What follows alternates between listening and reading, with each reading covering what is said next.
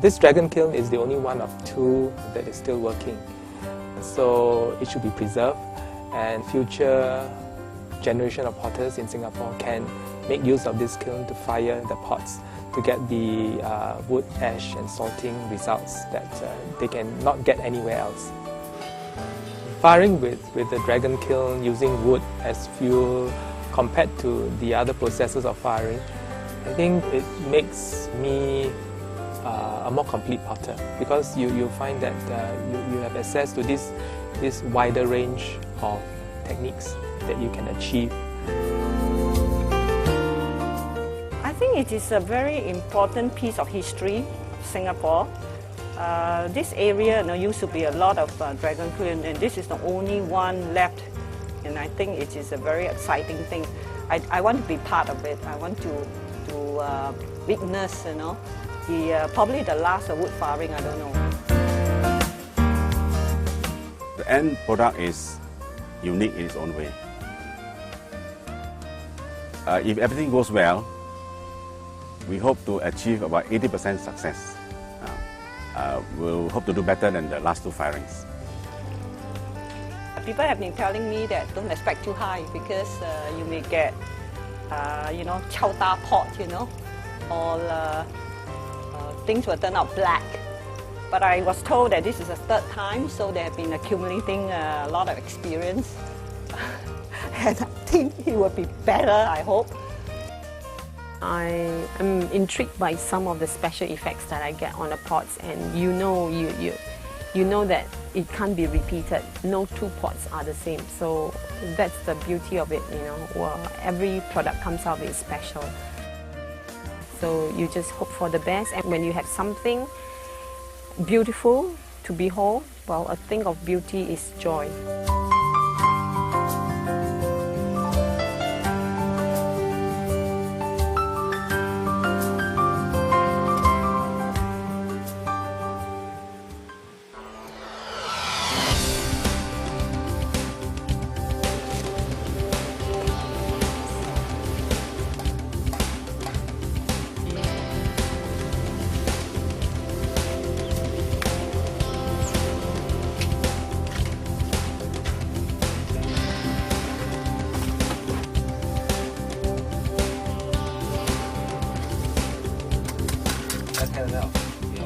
Good firing starts with good packing.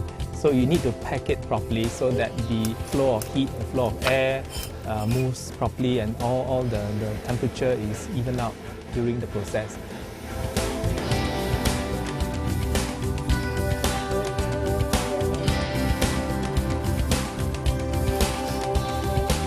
那个窑我们那个窑是斜坡的嘛，不是说平的，是吧？所以你要铺的时候你那个窑那个地板一定要平了，所以放那些沙你就尽量推给它平了，不然你地板斜你不可以贴上来的，贴上来它要倒过去有了。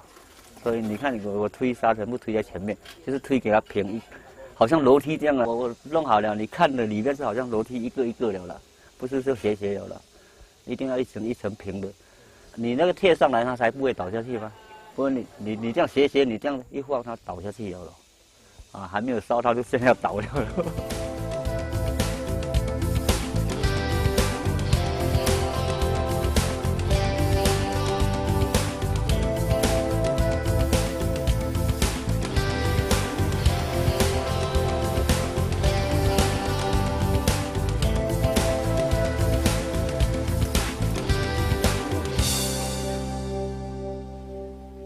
你这些货呢，要来进这个窑你先要看了多少有大个，多少有小个，多少高，多少低，你要看好准备好，一路分配，你不可以说全部吃小个，等下大个你死放不进，全部吃大个，等下小个又不可以放，因为它这个东西是下面一层一层上来是可以放小，上面你尽量放大，不然你那些大的没有地方放了。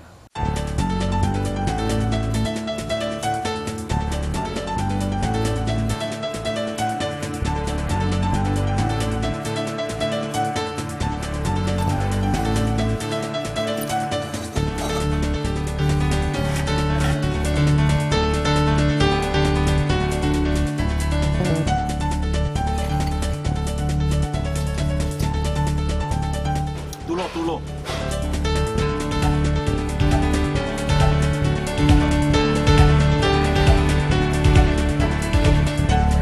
What sort of glaze?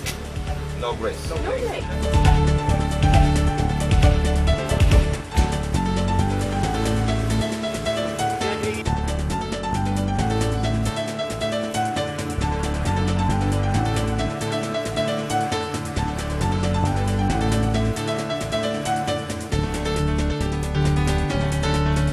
Helping to carry the pots is really no joke, and it's really hot inside as well. And because I'm tall, this kiln is so low, so every time I have to do that, and it's just so uncomfortable. It's really, I think it's better than a sauna, and it's really hot. 习惯了，因为我从小啊，就是这个窑转进转出转几十年啊，习惯了。如果平常的人他进来啊1、2天他就受不了了。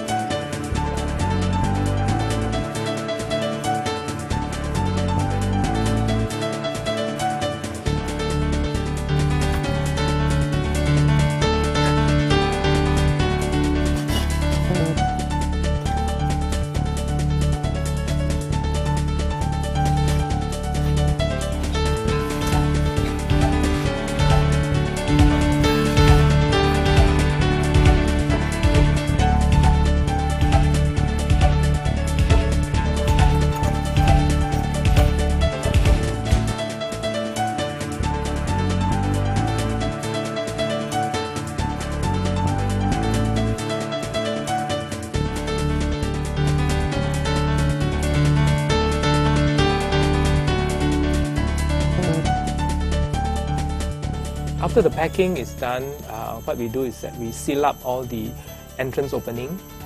We seal up with bricks and wet clay. We also seal up all the windows that leads to each compartment. All the windows are sealed up. Then what we do next is that we would smoke the kiln to dry out the moisture in the pot.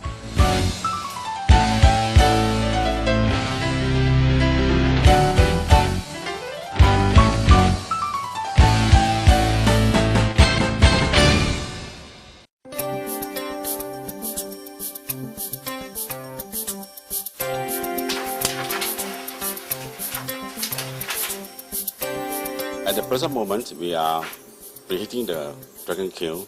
The preheating period is very important because we have to ensure that all the pots in the kiln are dry. Otherwise, it will cause a lot of complications like cracking and explosion. We have to monitor temperature at every hour until it reaches to 600. By the time it reaches 600, we will start the real firing to 1280 degrees centigrade. Traditionally, the Japanese would throw some sake on the kiln before they start firing. So we thought it would be a good idea to try it with our local beer and hope that it will be successful.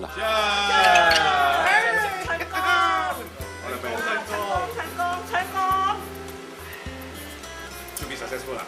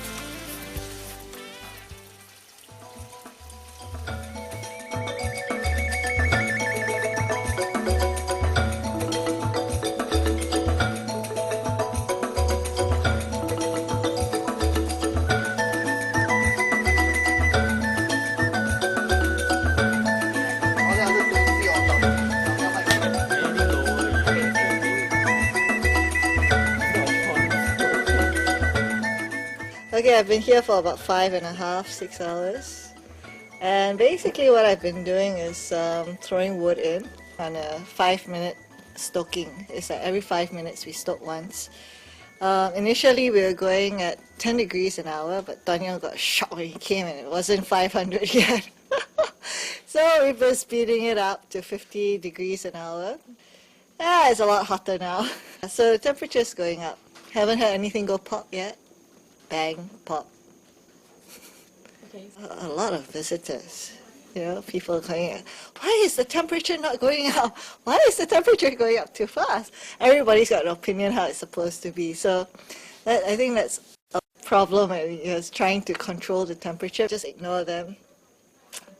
Keep it consistent. Keep it constant. Once you have a consistent stoking, you will have a consistent temperature rise. The question is how slow or how fast. So you just need to remember that there's actually a time lag between the time you put the wood in and the time the temperature goes up. Wood takes time to burn, especially since it's wet because it's been raining.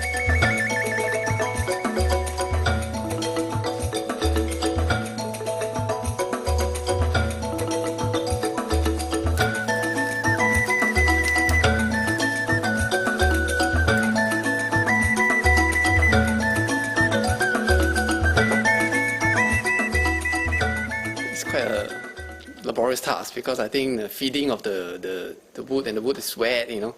So I guess it's going to take a long time before it fires up to the required temperature. It's quite hard work. You can see all the sweat, I'm perspiring, my spectacles is fogging up. Oh, it's been fun. Well, I'm not sure how I'm going to last all night long.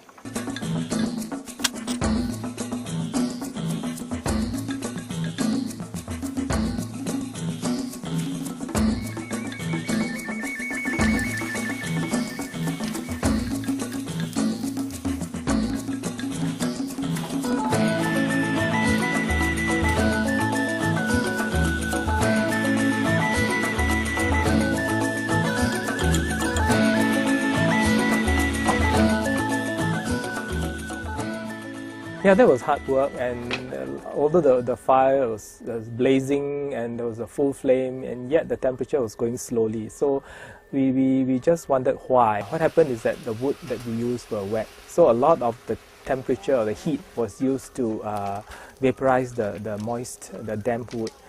And we expected to fire it in about 12 hours. It took longer than that. It took almost 18 hours to reach 500 degrees or more. 500 is the critical point because that's quartz inversion, so that is important. So once you hit 500, you can push the rate higher, let the temperature climb higher. But before that, because there's still chemical water trapped in the clay, so you want to go slow. Otherwise, if you push it too fast, the chemical water tries to escape, it will burst out of the clay, and that's where you can get explosion.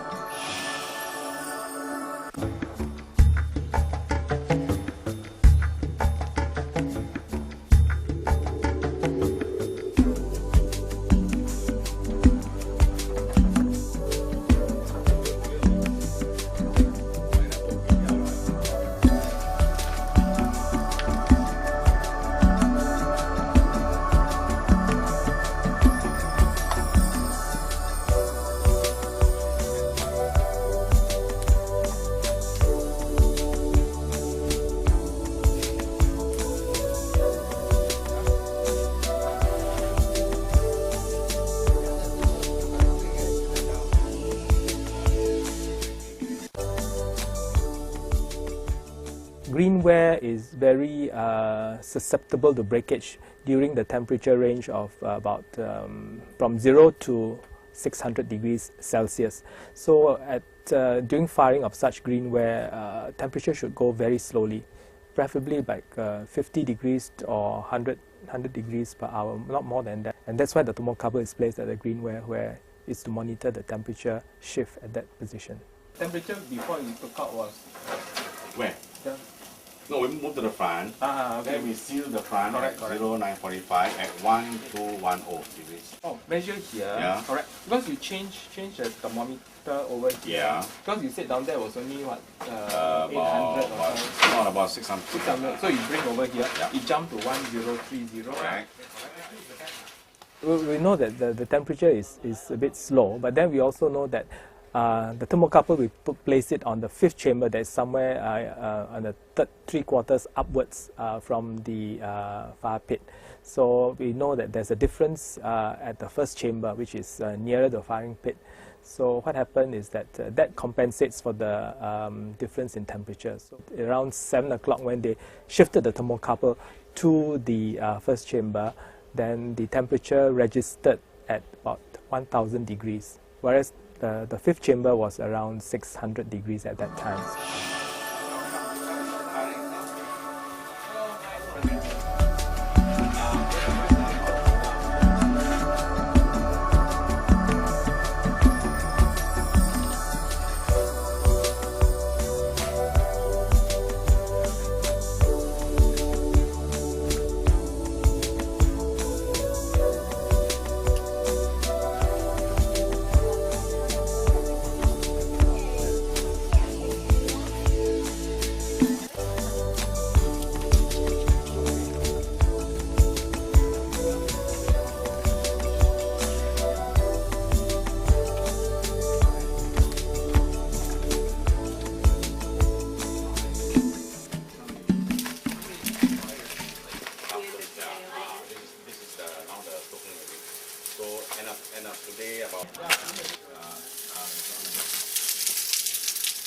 For each compartment, which is about 1.5 by 1.5 by 1 meter in volume, we throw in about 3 kgs to 5 kg of salt, and we're still experimenting with the amount of salt to be thrown in. We did a test for the various chambers, so we had 1 kilogram of salt in the 1st chamber, then it follows 2 kilograms 2nd chamber, up to 4th chamber we had 4 kilograms, but maybe that is still not enough, so maybe we should have more.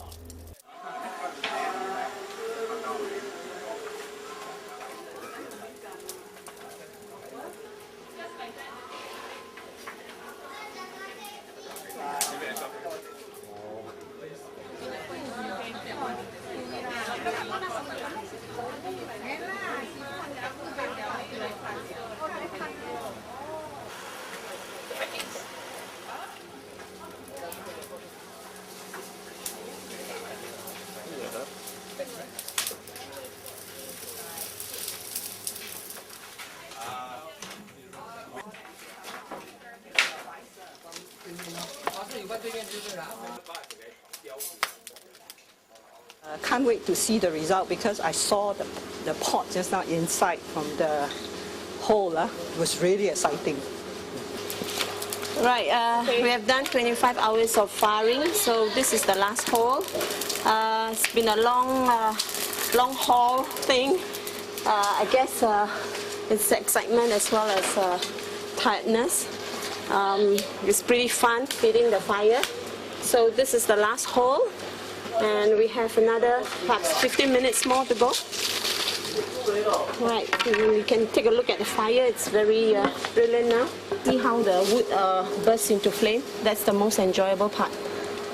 See just the fire glowing, and the good part is also to sprinkle some salt into the fire.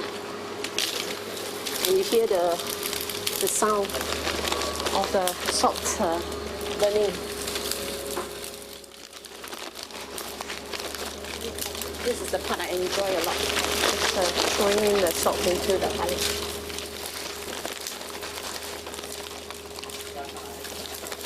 this is the last hole. We have just covered the hole. Mission accomplished. Thumbs up.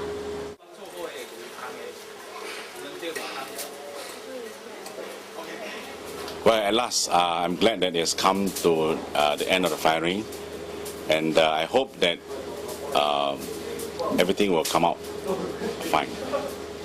It all went according to schedule, and envisage good results. I tried to help, so I put in the fire, the woods, right? It was about 4 or 5 o'clock, you know. I tell you, it was really hot. Never in my life you see all this hair so wet. The face is very warm and very hot. I think it's really very unpleasant because it's very, very hot. But then you're thinking about, you know, we have to maintain the temperature. We have to keep putting the wood. No choice. So we take turn and all that. But it's really hard work. Overall, it's been a very tiring 3 weeks of packing. Firing the last 4 days, yeah, and we tried a few things, and like measuring the temperature with thermocouple and thermometer. We also slow down the firing, and as we see from the firing windows, the results are okay, and we're very satisfied. So now we can go back and have a good rest.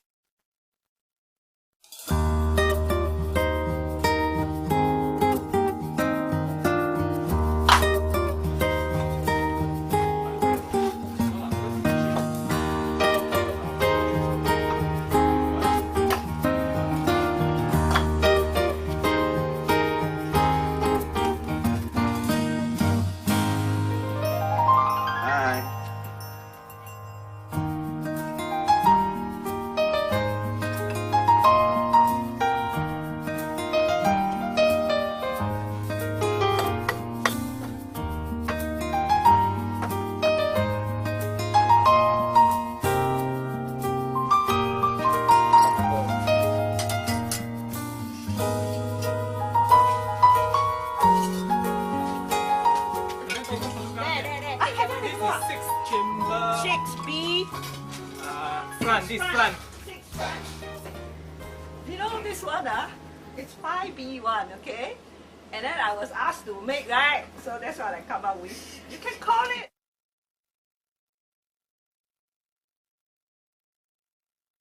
And then after that, you turn around. Ha ha! See? Is this lazy or is this creative?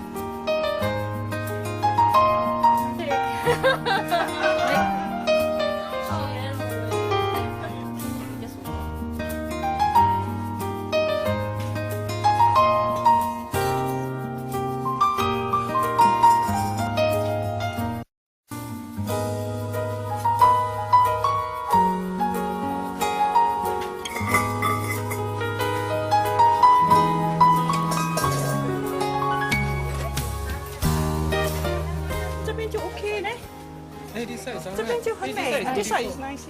Yeah. Who is this? Mine. Thank you.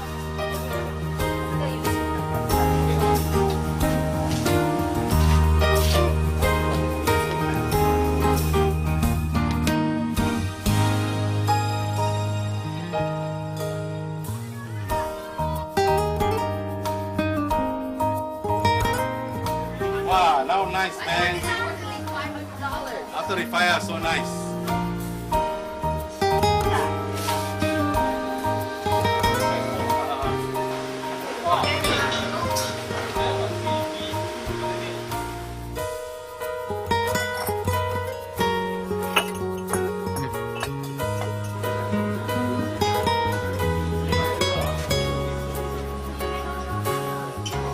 But I think before the white clay, there's a layer of glaze or something. I don't know. No. This glaze went on top. Then went to the bottom. This is the bottom. The bottom one glaze. Unglazed. Yeah. This is unglaze? Yeah. Sure. I think so. Then how come got Cracking. This is mine. This is mine. Yeah, small one. Yes, very small one. Of course, heavy.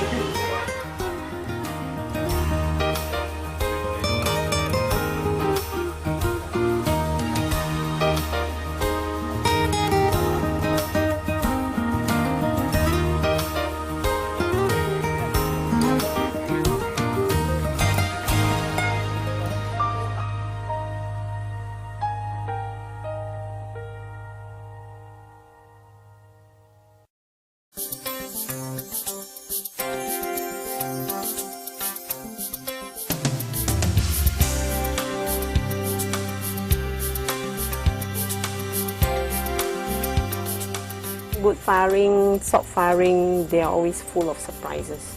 The accidents are always the surprises, and it's very difficult to repeat those accidents. So these are happy accidents.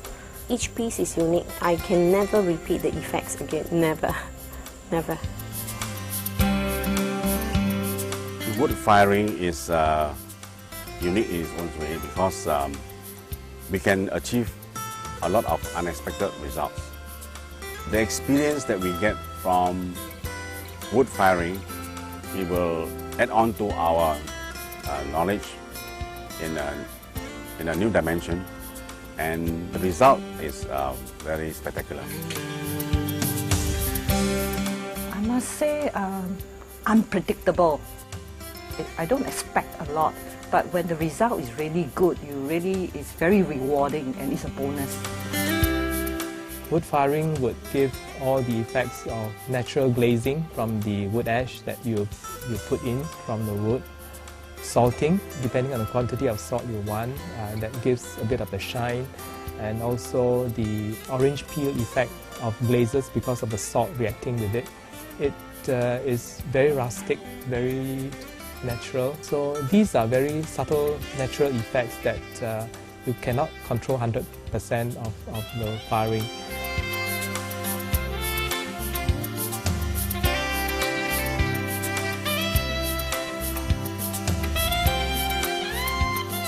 These are pots that are made by takeaway, but we help with the glazing. This glaze is half, that is 50% mixed ash glaze and 50% copper rust. And what we did was we squirt all these squiggles onto the top side of the pots, and then so we just follow the movement. So that's what we do. So you see the rhythmic flow of the glaze dripping on the sides of the pots.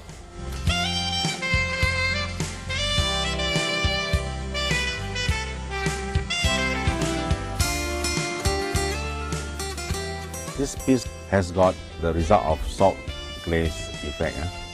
I used the cobalt blue slip, and then this pot was placed on a second chamber, and there was about 2 kg of salt being thrown into this firing. But because it was at the back, so I could only manage to get a bit of the salting effect here, which is quite interesting.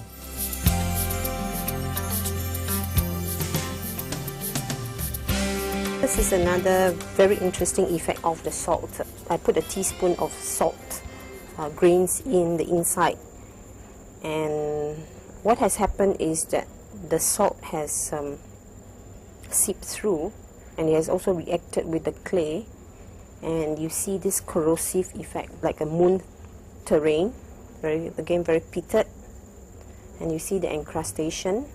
If you look at the inside, you see pits. Again, you see dots and holes, and you see the orange, orangey brown color, and you see the dark brown. And here, if you look closer, you see somewhat yellow ochre effect. And this effect is rather unusual, and it is just rising from up there. It doesn't reach very far up, and it is just basically at the base where the salt can react with the glaze.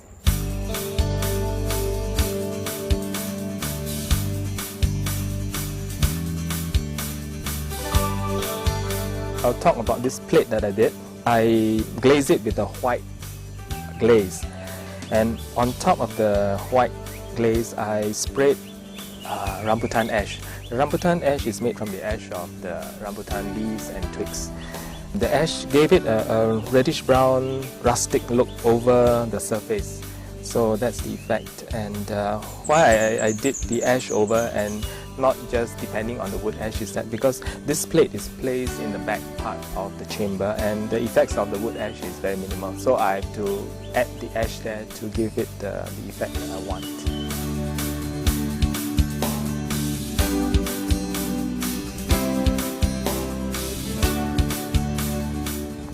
Well, this is a very simple bowl. Nothing was added to it except the sleeve.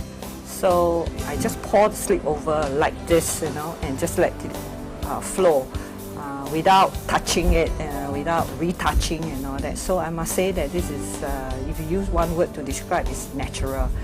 Another thing I like is the variation. Look at that, it's orangey here, and then it's getting lighter and lighter. I think this must be the effect of wood firing.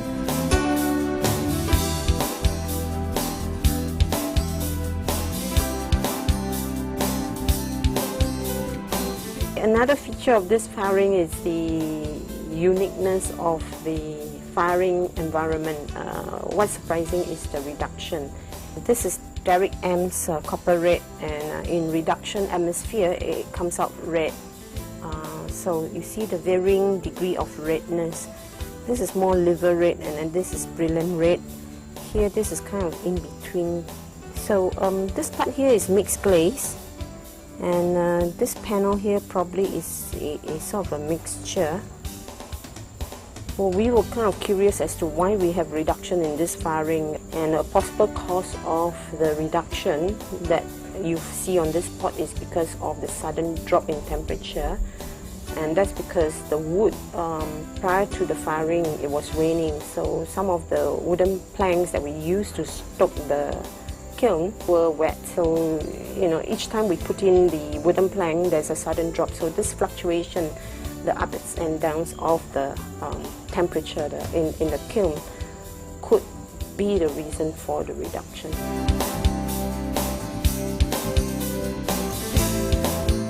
Chino glaze can be frustrating.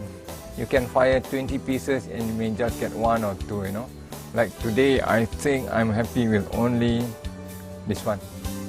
It's okay, wood fired, I would want to keep this. The gloss is very evident here, wood fired glaze. Whereas in the gas fired, the gloss is not so.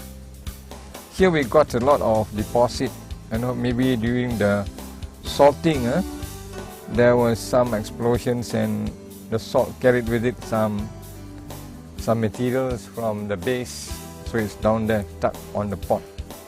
The result from this wood firing is something that I've never expected. I'm so used to orange, red, or thick white with crackles, but here it's glossy and no crackles, and it's not red and it is not orange. It is something brownish, red, or mauve or something like that. But I'm quite happy that I got something like that, you know, maybe this one piece that's different from what I'm used to.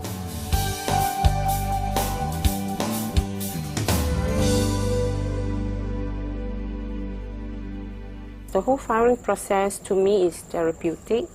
It's a long drawn process. It gives you time to reflect on the processes. It's time for us potters to interact and bond. So it's fellowship time. It's very comforting because you have like-minded people engaged in the same endeavor. So the whole process is unique. Everyone is unique.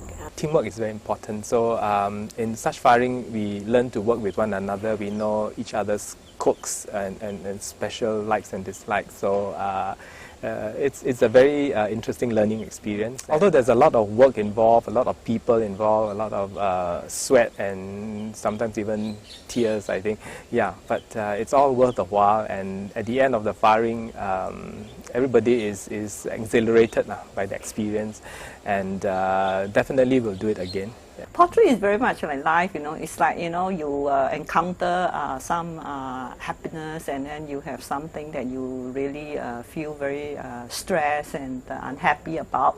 And you have some good pots, you have some bad pots, and then you just throw away the bad ones and just pick out the good ones, and then you will collect a lot of those that you really treasure and throw away the old ones, forget about the old pieces and forget about the unhappiness in life, you know, and move on. So I think it's like a life journey.